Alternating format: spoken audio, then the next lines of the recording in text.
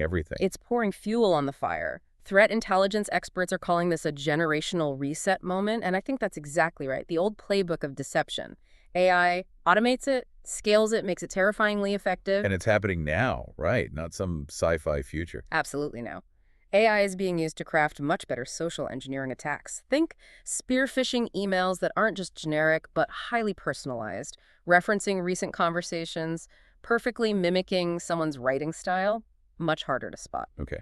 What else? AI-powered malware that can adapt its attack methods on the fly, evade detection, automated vulnerability discovery, finding flaws in software much faster than humans can.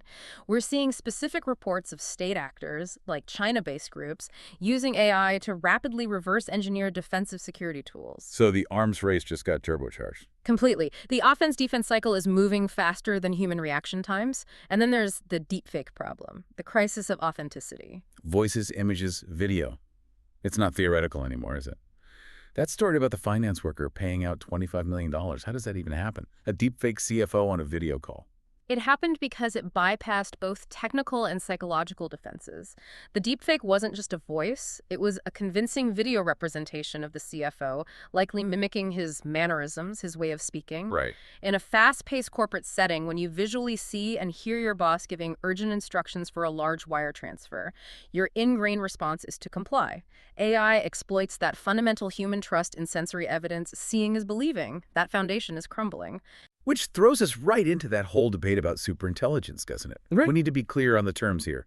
AGI versus ASI. Right. AGI is artificial general intelligence AI with human-level cognitive abilities across the board.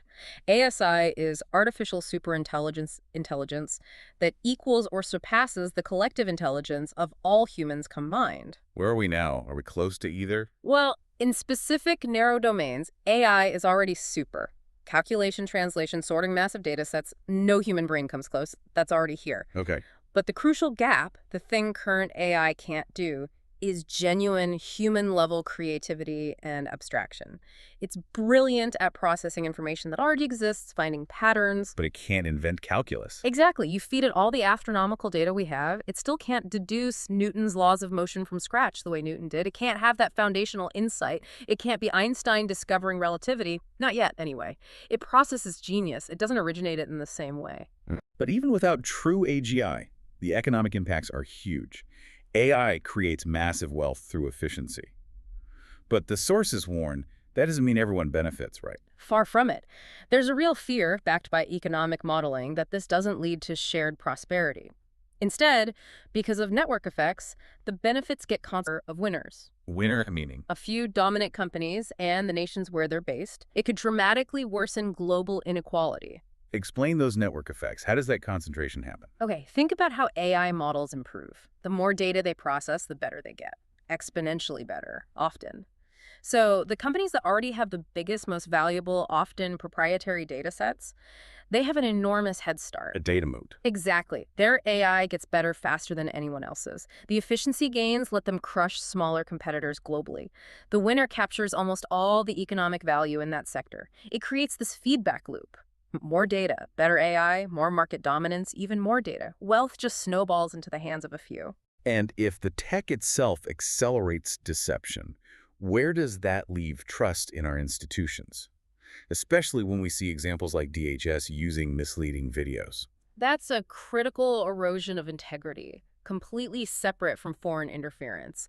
When a government agency uses videos with wrong dates, wrong locations to push a narrative or justify an action. Ignoring rules like the Hatch Act. Right, which is supposed to prevent using official resources for political messaging.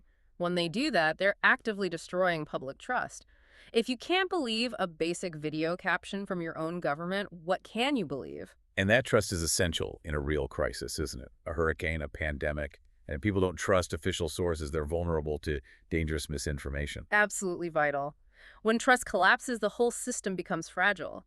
But on a slightly more hopeful note, the sources do talk about using AI to fight AI, proactive defense. Like Google's Big Sleep model. Exactly. That's a large language model they designed specifically to hunt for vulnerabilities in software code. And it actually found something important. It did. A really good example. Last year, Big Sleep analyzed the source code for Squeelite, which is a piece of open source software used in literally billions of devices, phones, browsers, everything. Okay. And it found a zero-day vulnerability, a serious flaw that nobody knew about.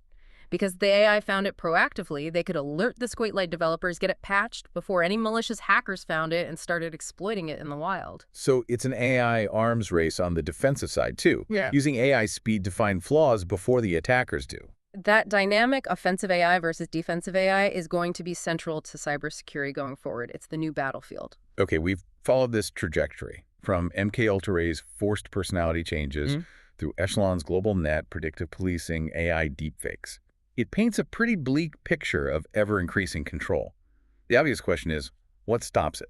What's the antidote to this techno-dystopian path? The sources consistently point to one thing, and it's not technology, it's human integrity. The argument is that systems don't fail because the tech is bad. They fail because the people running them lack character. Alexander Hamilton warned about this centuries ago, didn't he? Something about demagogues ending as tyrants. Exactly. He said those who seek to overturn liberty always commence demagogues and end tyrants.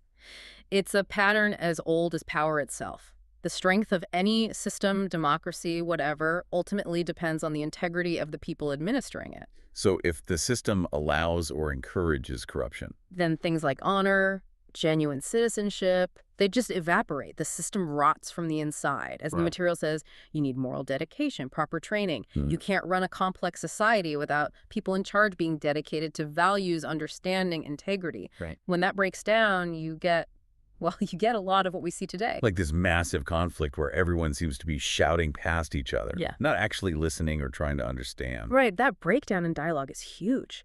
Everyone just talks to their own side, their own base. It fuels this incredible polarization and conflict. And that division itself becomes a tool of control, doesn't it? Yeah, absolutely. When real conversation dies, people tend to displace all their anger, their pent-up resentment onto individuals, a politician they hate, some group they see as the enemy. So you get these wildly disproportionate reactions. Exactly. And it conveniently lets the actual systems, the powerful structures benefiting from the division, avoid any real accountability.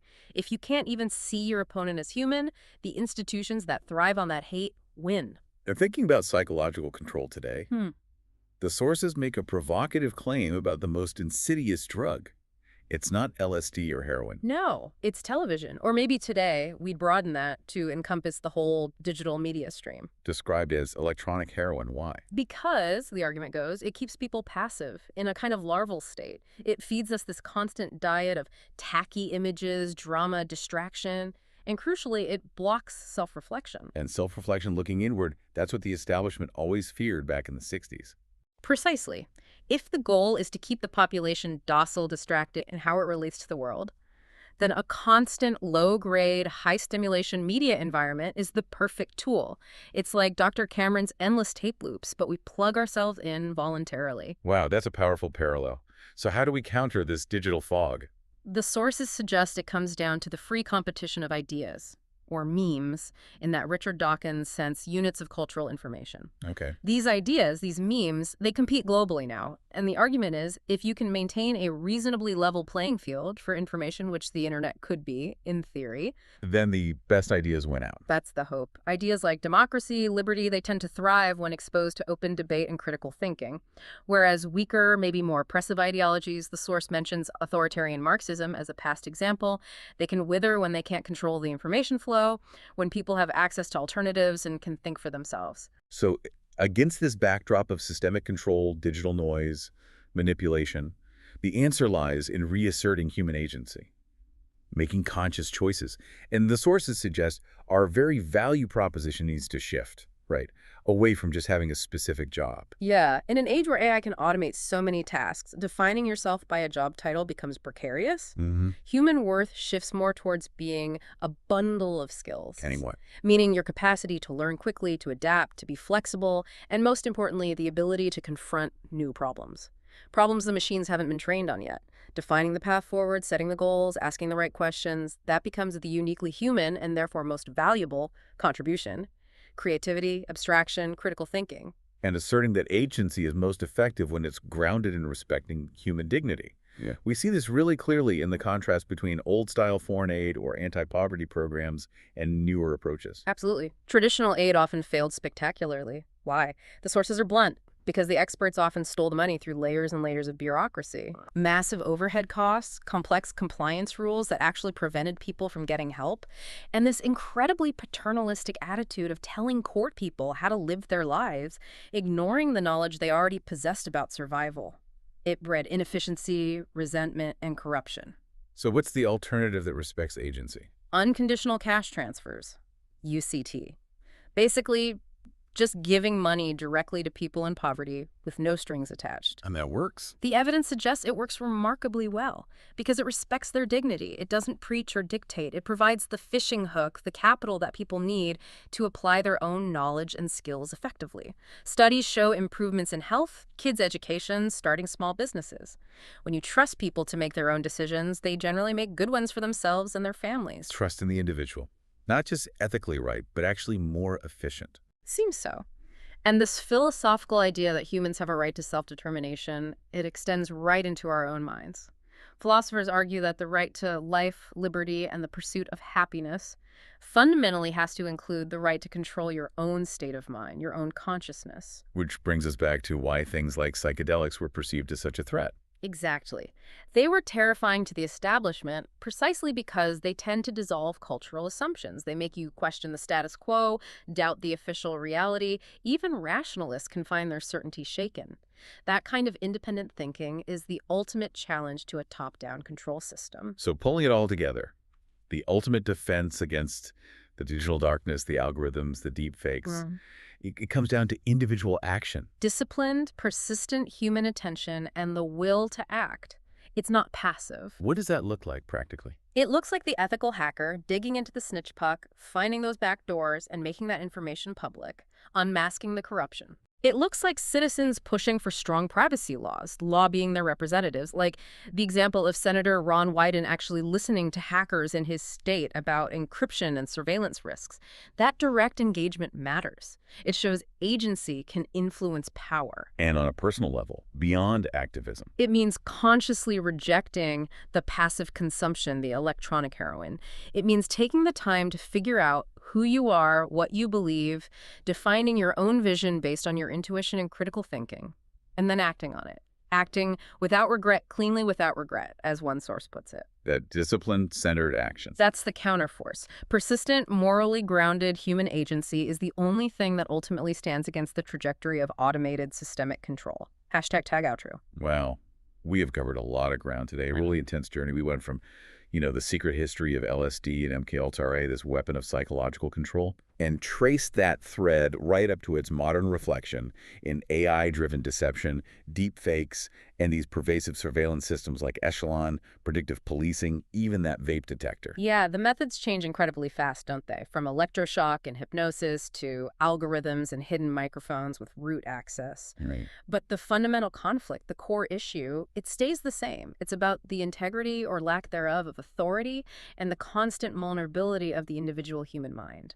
Control always wants to replace messy, unpredictable human agency with neat, predictable system outputs. So what does this all mean for you listening right now? It feels like the central struggle of our era isn't really left versus right in the old political sense. No, it feels deeper than that. It's more like a conflict between these forces pushing for technological, systemic control over thought and behavior and the untamed spirit of human creativity, human abstraction, human integrity. Your ability to think for yourself, to question, to act independently, that seems to be the wild card, the most valuable and least controllable part of the whole equation.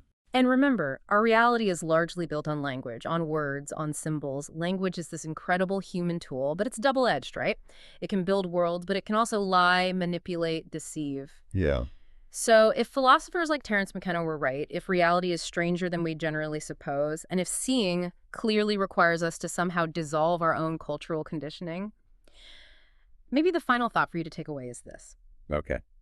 What specific, deeply embedded cultural assumption, maybe about your own identity or about money or community or the nature of authority itself, what assumption do you personally need to question, maybe even dissolve in your own thinking, to truly break free from that dominator culture we've been talking about, to reclaim your own agency in the face of it all?